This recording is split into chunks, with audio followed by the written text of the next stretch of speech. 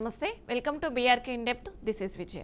పశ్చిమాసియాలో ముదురుతున్న యుద్ధ మేఘాలు ప్రపంచ ఆర్థిక వ్యవస్థపై మరోసారి గంభీర ప్రభావం చూపుతున్నాయి. ప్రపంచానికి ఇంధన సరఫరా చేసే ప్రధాన కేంద్రంగా ఉన్న ఈ ప్రాంతంలో ఉద్రిక్తతలు పెరగడం అంతర్జాతీయ మార్కెట్లను ఒక్కసారిగా కుదిపేస్తున్నాయి. ఇక ఇజ్రాయెల్, అమెరికా, ఇరాన్ మధ్య నెలకొన్న ఘర్షణలు కేవలం సైనిక, రాజకీయ ప్రభావాలకే పరిమితం కాకుండా ప్రపంచ ఇంధన మార్కెట్ను కూడా తీవ్రంగా ప్రభావితం చేస్తున్నాయి. ఇక అంతర్జాతీయ మార్కెట్లో ముడి చమురు ధరలు ఒక్కసారిగా ఎగబాకి బ్యారెల్కు $100 మార్కును దాటేయడం ప్రపంచ దేశాలకు ఆందోళన కలిగిస్తుంది. 3.5 ఏళ్ల తర్వాత మళ్లీ ఈ స్థాయికి చేరడం పరిస్థితి తీవ్రతను తెలియజేస్తుంది. ఇక వెస్ట్ టెక్సాస్ ఇంటర్మీడియట్ బ్రెంట్ కూడా ధరలు రెండు వేగంగా పెరగడం మార్కెట్లో అస్థిరతను మరింత పెంచుతుంది. ముఖ్యంగా ప్రపంచ చమురు రవాణాలో కీలకమైన హార్మోజు జలసంధి చుట్టూ ఉద్రిక్తతలు పెరగడం వల్ల సరఫరా గొలుసు ఎప్పుడైనా దెబ్బతినే ప్రమాదం ఉందనే నిపుణులు హెచ్చరిస్తున్నారు. ఇక ఈ పరిస్థితి కొనసాగితే పెట్రోలు, డీజిల్ ధరలు మాత్రమే కాదు, ప్రపంచ ఆర్థిక వ్యవస్థ మొత్తం ప్రభావితమయ్యే అవకాశం ఉందని విశ్లేషకులు చెబుతున్నారు. ఇక అంతర్జాతీయ మార్కెట్లో చమురు ధరలు ఒక్కసారిగా ఎగబాకడం వెనుక ప్రధాన కారణం పశ్చిమాసియాలో ఏర్పడిన భౌగోళిక, రాజకీయ ఉద్రిక్తతలే. ఇక షికాగో మోర్కంటైల్ ఎక్స్చేంజ్లో ట్రేడింగ్ ప్రారంభమైన వెంటనే బ్రెంట్ క్రూడ్ ఆయిల్ భారీగా పెరిగి బ్యారెల్కు $107 చేరాయి.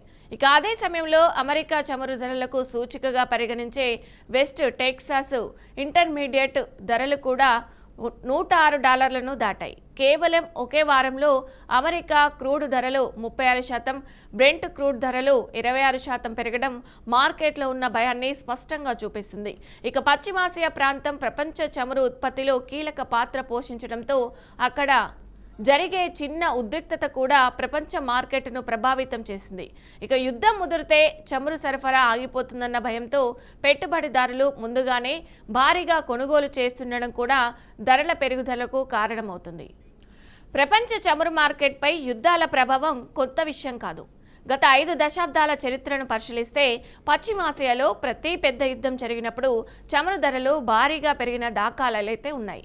ఇక 1973లో జరిగిన అరబ్ ఇజ్రాయెల్ యుద్ధం సమయంలో అరబ్ దేశాలు పశ్చిమ దేశాలపై చమురు ఎంబార్గో విధించడంతో ప్రపంచ మార్కెట్లో భారీ సంక్షోభం ఏర్పడింది. అప్పటి వరకు బ్యారెల్కు కేవలం $3గా ఉన్న చమురు ధర ఒక్కసారిగా $12కి చేరి దాదాపు 300% పెరిగింది. ప్రపంచ ఆర్థిక వ్యవస్థను కుదిపేసిన తొలి ఆయిల్ షాక్ ఇదే. ఇక అప్పటి నుంచి యుద్ధం, రాజకీయ ఉద్రిక్తతలు, ఉత్పత్తి అంతరాయం వంటి అంశాలు చమురు మార్కెట్ను ప్రభావితం చేస్తూనే ఉన్నాయి. అలాగే 1979లో కూడా ఇరాన్ విప్లవం జరిగినప్పుడు కూడా ప్రపంచ చమురు మార్కెట్ తీవ్ర అస్థిరతను ఎదుర్కొంది. ఇక ఇరాన్లో రాజ్యాంగ విప్లవం జరిగి షా పాలన కూలిపోవడంతో చమురు ఉత్పత్తి భారీగా తగ్గిపోయింది. ఫలితంగా అంతర్జాతీయ మార్కెట్లో చమురు ధరలు వేగంగా పెరిగాయి. యుద్ధానికి ముందు బ్యారెల్ ధర సుమారు $15గా ఉండగా కొద్ది కాలంలోనే అది $39లకు చేరింది. అంటే దాదాపు 160% పెరుగుదల నమోదైంది. ప్రపంచవ్యాప్తంగా ఇంధన సంక్షోభం ఏర్పడి అనేక దేశాలు తీవ్ర ఆర్థిక ఒత్తిడిని ఎదుర్కొన్నాయి. ఇక ఇదే తరహాలో 1980 నుంచి కూడా 1988 వరకు సాగిన ఇరాన్, ఇరాక్ యుద్ధం కూడా చమురు మార్కెట్ను తీవ్రంగా ప్రభావితం చేసింది. ప్రపంచంలో అతిపెద్ద చమురు నిల్వలు కలిగిన 2 దేశాలు 8 ఏళ్ల పాటు యుద్ధం చేయడంతో ఉత్పత్తి, రవాణా వ్యవస్థలకు భారీ అంతరాయం కలిగింది. అయితే ఆయిల్ ట్యాంకర్లు, చమురు టెర్మినళ్లపై దాడులు జరగడంతో సరఫరా తగ్గిపోయింది. అయితే యుద్ధం ప్రారంభం సమయంలో బ్యారెల్ ధర సుమారు $35గా ఉండగా కొంతకాలంలో అది $40లకు పైగా చేరింది.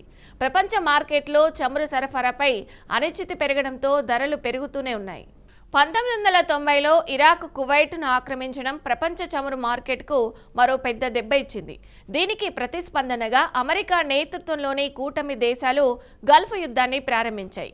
యుద్ధం ప్రారంభానికి ముందు బ్యారెల్ చమురు ధర సుమారు $17గా ఉండగా యుద్ధం తీవ్రంగా కొనసాగిన సమయంలో అది $41లకు చేరింది. అంటే కొన్ని నెలల్లోనే చమురు ధరలు 2.5 రెట్లు పెరిగాయి. ప్రపంచ ఆర్థిక వ్యవస్థపై దీని ప్రభావం తీవ్రంగా పడింది. ఆ తర్వాత 2003లో అమెరికా నేతృత్వంలో ఇరాక్పై జరిగిన దాడి కూడా చమురు మార్కెట్ను ప్రభావితం చేసింది. ఇక యుద్ధానికి ముందు బ్యారెల్ ధర నుంచి $25 నుంచి $30 మధ్య ఉండగా యుద్ధం తర్వాత అది $40లకు పైగా పెరిగింది.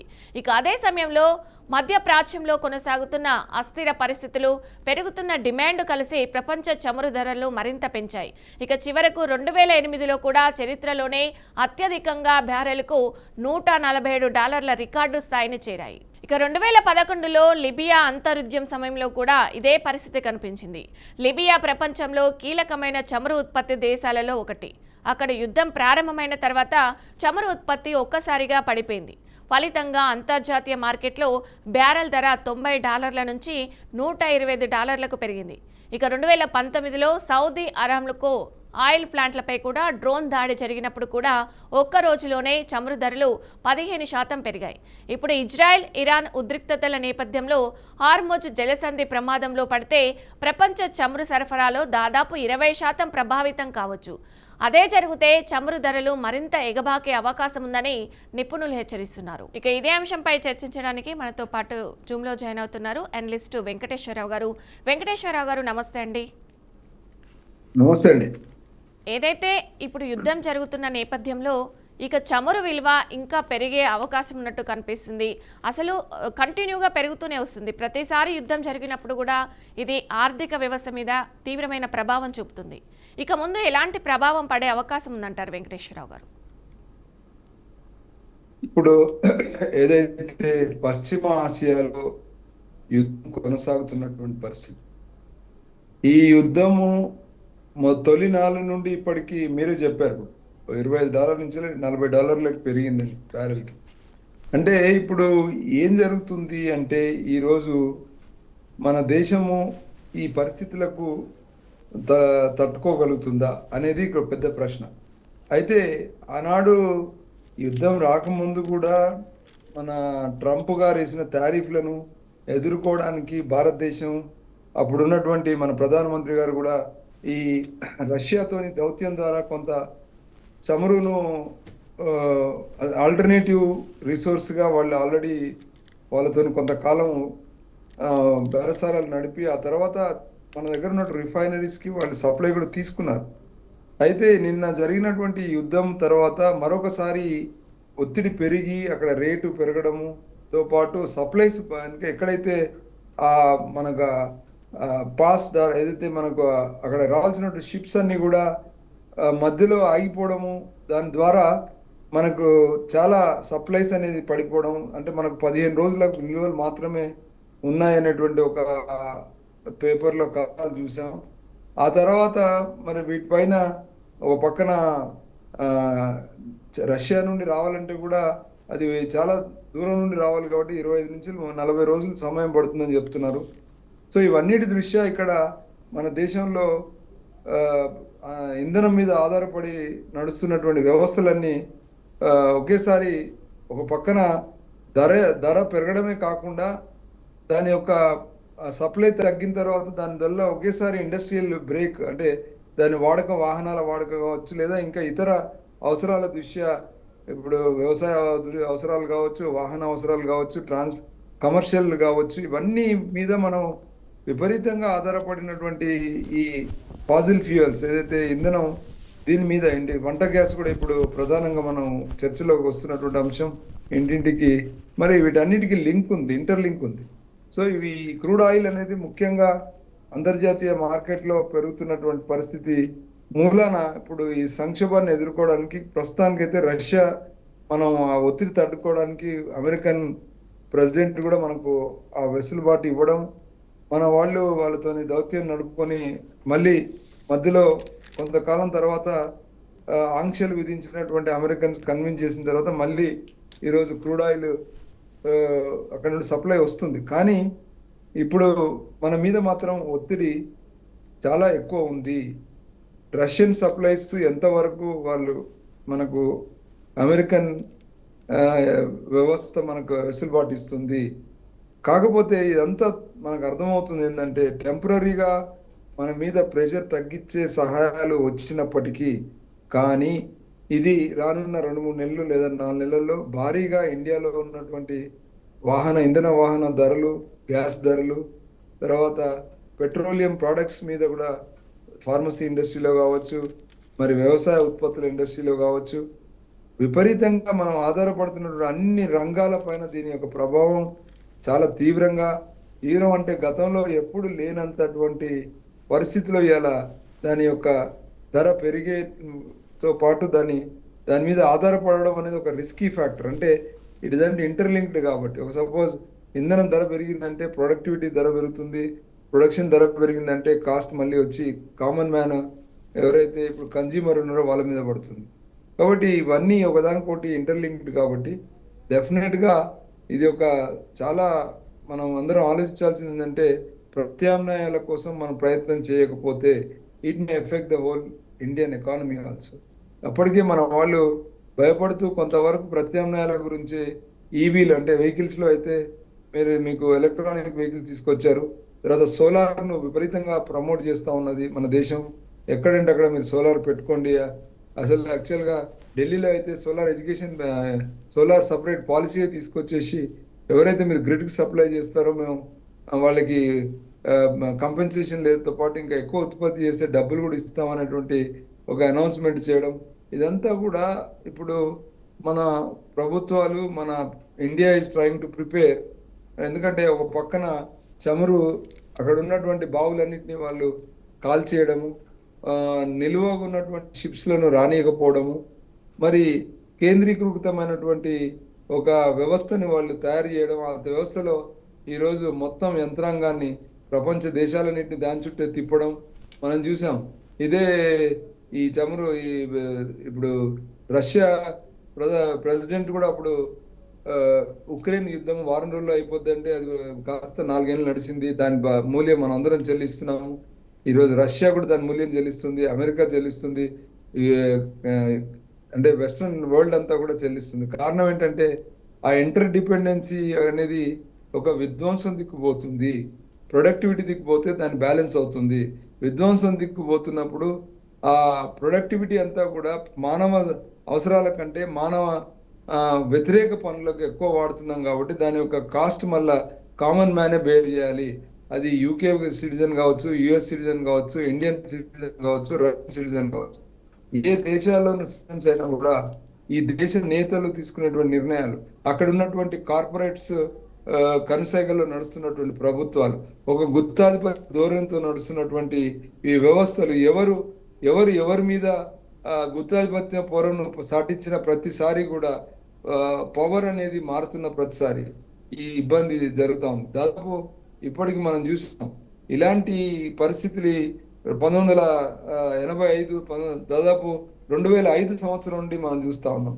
దాదాపు 10 మంది ప్రధానమైనటువంటి లీడర్లను నిన్నటి కొమ్మిని వరకు కూడా ఎంతో మందిని హతమార్చినప్పుడు ప్రతిసారి కూడా ఈ సంక్షోభాలు వచ్చిన ప్రతి సంక్షోభం కూడా మనకు ఒక లేనటువంటి ఒక గాయాలను వదిలింది. దాని గాయాల ఎఫెక్ట్ ఏంటంటే ఎకానమీ యొక్క ప్రభావం ప్రతి ఒక్కరి మీద పడడము, రూపాయి విలువ పడిపోవడము, దాన్ని మళ్ళీ బ్యాలెన్స్ చేసుకోవడానికి మనం ప్రయత్నం కోలుకోలేనటువంటి తిప్పబడము. ఇంకో పక్కన దీన్ని వెస్ట్రన్ వరల్డ్ ప్రతిసారి అంటే మనకు ఒక పక్కన పిల్లికి ప్రాణ సంకటం, పిల్లికి చెలగాటం లాగా వ్యవహరిస్తున్నటువంటి వెస్ట్రన్ వరల్డ్, మనము ఎలుకల్లాగా వ్యవహరిస్తున్నటువంటి డెవలప్డ్ నేషన్స్ ఒక ప్రాణ సంకటంలా వాళ్ళ కుదేలవుతున్నటువంటి ఆర్థిక వ్యవస్థని మనం ఇప్పుడు చూస్తా ఉన్నాం. ఈ నిన్నటి వ్యవహారం కూడా చూస్తే గణాంకాలు ఎట్లా మీరు చెప్తా ఉన్నారు మీడియాలలో, కానీ ఒక కామన్ మ్యాన్ రేపొద్దున మన ఇండియాలో సగటున ఇప్పుడు 110 రూపాయల లోపు ఉన్నటువంటి పెట్రోల్ 115 20 రేపు ఈ సంవత్సరం అంతం వరకు 150 నుంచి 170 వరకు రీచ్ అవుతుందని అంచనాలు వేస్తున్నటువంటి కొంతమంది ఈ నిపుణులు చెప్తుంది ఏంటంటే అది 200 దాటినా కూడా ఆశ్చర్యపోద్ది. ఎందుకంటే ఈరోజు ఈ అనిశ్చితికి పోటీ ఒక వన్ సైడెడ్ గా గుత్తాధిపత్యం రాబోతుంది. ఎందుకంటే ఎవరైతే పోటీగా సప్లై చేస్తున్న వాళ్ళ మీద దాడులు జరిగాయి, ఇరాన్ మీద కానీ. సో ఇవంతా దీన్ని మానవ సంబంధిత యుద్ధం కన్నా ఇది ట్రేడ్ వార్ అంటారు. అంటే ఒక వ్యాపారం కోసం ప్రపంచంలో ఉన్నటువంటి వన సంపద అంటే వనరుల కోసం యుద్ధాలు అన్నట్టు. ఈ యుద్ధాల్లో ప్రత్యక్ష నష్టం కన్నా పరోక్ష నష్టం, అంటే పరోక్ష నష్టం ఏంటంటే సగటు ఆర్థిక వ్యవస్థ మీద, సగటు కుటుంబ వ్యవస్థ మీద, సగటు మనిషి యొక్క ఆదాయ వ్యవస్థ మీద, సగటు మనిషి యొక్క ఒక స్టాండర్డ్ లివింగ్ మీద దెబ్బపడేటువంటి ఈ ఈ యుద్ధాల యొక్క ప్రభావం ఆ మనకి రోజు రోజుకు భారంగా మారుతున్నటువంటి పరిస్థితిగా మనం చూడవచ్చు. చాలా మంది యువతలు వాళ్ళ యొక్క ఉపాధి కోల్పోవచ్చు. చాలా మంది వరకు డబ్బులు అభివృద్ధి సైడ్ కేటాయించిన డబ్బు అంతా కూడా ఈ రోజు ధ్వంసం దిక్కు డబ్బు కేటాయించడం అనేది ఇందులో జరుగుతున్నటువంటి ప్రధానమైనటువంటి సమస్య. ఈ విధ్వంసం దిక్కు మరలుతున్నటువంటి డబ్బుకు ఫుల్ స్టాప్ పెట్టడానికి ఒక పక్కన మళ్ళీ ప్రపంచంలో ఉన్నటువంటి దేశాలన్నీ ఏదైతే ఈ గుత్తాధిపత్యాన్ని అడ్డకట్టి పెట్టిన వ్యవస్థలన్నీ కూడా మళ్ళీ ఆలోచించాలి. మనం అందరం ఎందుకు ఈ యుఎస్ ను పెద్దన్న పాత్ర ఇచ్చాము, ఎందుకు ఈ ఇరాన్ ఈరోజు నిజంగా ఈ చమురు ధరలు ఎందుకు పెరుగుతా ఉన్నాయి, ఎక్కడ ఈ మూడింటికి మధ్యలో సంబంధం ఉంది. సంబంధం ఉంటే అది మనం ఏం చేయగలుగుతాం అంటే, ఒక దేశాలుగా, కొంతమంది పెట్టుబడిదారులుగా, కొంతమంది షేర్లో ఇన్వెస్టర్స్ గా కూడా ఆ స్థాయి వరకు ఇది ఎంత ఇంటర్లింక్ ఉంది. సో ఒక షేర్ ఇన్వెస్టర్ గా దాని ప్రభావం క్షేత్రస్థాయిలో ఉన్నటువంటి ఒక కామన్ మ్యాన్ తీసుకోవాల్సి ఉంటుంది. కాబట్టి వాళ్ళ దగ్గర నుంచి రియాక్షన్ ఎక్కువ వస్తే మంచిది. ఎందుకంటే ఇలా కార్పొరేట్స్ కానీ, రాజకీయ నాయకులు, మన ఓట్లు వేసి గెలిచే రాజకీయ నాయకులు కానీ, మన ఓటర్ల ఒక సంక్షేమం కన్నా కొద్దిమంది గుత్తాధిపత్య సంస్థల కోసం, మరి వాళ్ళ ఆయుధ సంపద కోసం, వాళ్ళ యొక్క గుత్తాధిపత్యం కోసం, మరి వాళ్ళ గద్దెలు కాపాడుకోవడానికి చేస్తున్నటువంటి ప్రయత్నంగా కూడా దీన్ని, ఈ సంక్షోభాన్ని చూడొచ్చని నేను చెప్పదలుచుకున్నాను. అయితే వెంకటేశ్వర గారు, ఒకవేళ యుద్ధం ఇన్ని వారాలు, నాకు తెలిసి ఒక 5 వారాలను ప్రకటించినట్టు తెలుస్తుంది. ఒకవేళ 5 వారాలు ప్రకటించినట్టయితే ఎంతవరకు ఈ చమురుని సర్దే అవకాశం ఉందంటారు? ఇంకా ఎన్ని రోజులు మన దగ్గర స్టాక్ ఉందంటారు? అసలు మొన్నటి లెక్కల ప్రకారము ఒక 15 నుంచి 20 రోజుల వరకు స్టాక్ ఉందన్నారు. ఇప్పుడు బహుశా ఒక 1 వీక్ 10 డేస్ స్టాక్ ఉంటుంది. అందుకనే మన వాళ్ళు రష్యా నుండి ఇమీడియట్ గా పర్మిషన్ తీసుకున్నారు. కానీ అది ఎంత టైం పడుతుంది ఇక్కడ రావడానికి, మధ్యలో దాని మీద ఇంకా ఎలాంటి అడ్డంకులు లేకుండా, యుద్ధ ప్రభావం లేకుండా ఉంటుందని గ్యారంటీ కూడా లేదు. బట్ డెఫినెట్లీ దేశం, మన ఆర్థిక వ్యవస్థ, మన యొక్క నిర్ణయాల్లో పొజిషన్ ఉన్నటువంటి రాజకీయ వ్యవస్థ, అధికార వ్యవస్థ, అంతర్జాతీయ సంబంధాలతో మనము దీన్ని ముందస్తు మనం చాలా జాగ్రత్తగా ఈ సంక్షోభాన్ని ఇంటా బయట అంటారు, బయట కన్నా ఎక్కువ ఇంట్లోనే ఈ సంక్షోభం అంటే మన దేశంలో దీని యొక్క ప్రభావం, ఆర్థిక ప్రభావాన్ని తట్టుకునేటువంటి ఒక సంక్షోభాన్ని మనం తక్షణమే మనం బేరీ చేసుకొని ఆ మొత్తం వ్యవస్థలో జరగబోయే నష్టాలకు కావాల్సిన కంపెన్సేషన్, కావాల్సిన ఒక వెసులుబాటును ఇప్పుడే ఇవ్వాలి. ఇవ్వకపోతే మన ఈరోజు అంతర్జాతీయంగా క్రూడ్ $40 పెరిగినా కూడా ఇంకా అంతే ధీటుగా మన దగ్గర పెట్రోల్ మీద ధరల ప్రభావం పడలేదు. పడితే దాని యొక్క ప్రభావం ఎక్కడ ప్రభుత్వాల మీద వ్యతిరేకత వస్తుందనే భయం కూడా ఈ రోజు కనబడతాం. వీటన్ని కానీ దీన్ని వేటాడినటువంటి పరిస్థితులు మాత్రం మన మీద ఉంటుంది. ఇప్పుడు కాకపోయినా ఇంకొక 1-2 నెలలకైనా కూడా ఎంతైతే ప్రభుత్వం దాన్ని నీరుగప్పిన నిప్పులాగా కప్పి పెడుతుందో అది కంపల్సరీగా దాని యొక్క ప్రభావం 1-2 నెలల తర్వాత ఈ డబ్బు ప్రభావం కంపల్సరీగా ఉంటుంది. ఇది భారీ మొత్తంలో ఉంది కాబట్టి డెఫినెట్ గా మనకి దీని యొక్క చమురు సంబంధించినటువంటి ఆ ప్రభావం మీద ఉంటుందని చెప్పదలుచుకున్నాను. అయితే వెంకటేశ్వరరావు గారు, మీరు చెప్పినట్టు ఏదైతే ఆ ప్రభావం లేదు అని ప్రభుత్వాలు చూపెట్టడానికే ఈ చమురు ధరలు పెరగలేదని తీసుకోవచ్చు అంటారా? ఖచ్చితంగా అదే జరుగుతుంది. ఇప్పుడు ఒకవేళ కనుక జరిగితే ఇమీడియట్ గా రేపు రాబోయే ఎలక్షన్స్ లో ఎక్కడ వీళ్ళ ప్రభావం కనబడుతుంది, ప్రభుత్వం పైన ఒక దేశం వ్యాప్తంగా ఎక్కడ నిరసనలు వస్తాయనేటువంటి కూడా ప్రభుత్వం మీద ఉన్నట్టుగా మనకు అర్థమవుతుంది. సో డెఫినెట్ గా అంతర్జాతీయంగా క్రూడ్ ఆయిల్ $40 దాని యొక్క కనీసం కొంతైనా దాని ప్రభావం మన మీద ఉండాలి కదా. డైరెక్ట్ గా అది కనపడకుండా కప్పిపుస్తున్నా అనేటువంటి ఆలోచన ప్రజల్లో బయలుదేరింది. ఇంకా ఈ యుద్ధం కొనసాగుతుంది అనేటువంటి వార్తలు ఎప్పుడైతే వచ్చిందో ఖచ్చితంగా దీని ప్రభావం మన మీద ఉంటది. యుద్ధం ఎప్పుడు అంతమైందో తెలియదు. అంటే ఇప్పుడు ఒకటి ఉంది అండి, హాస్పిటల్ బాగా నడవాలంటే రోగులకు ఎక్కువ అవస్థ ఉంటేనే హాస్పిటల్ నడుస్తాయి. పోగానే రోగికి ఇమ్మీడియట్ గా ట్రీట్మెంట్ ఇచ్చే పరిస్థితులు ఇప్పుడు పోయినాయి.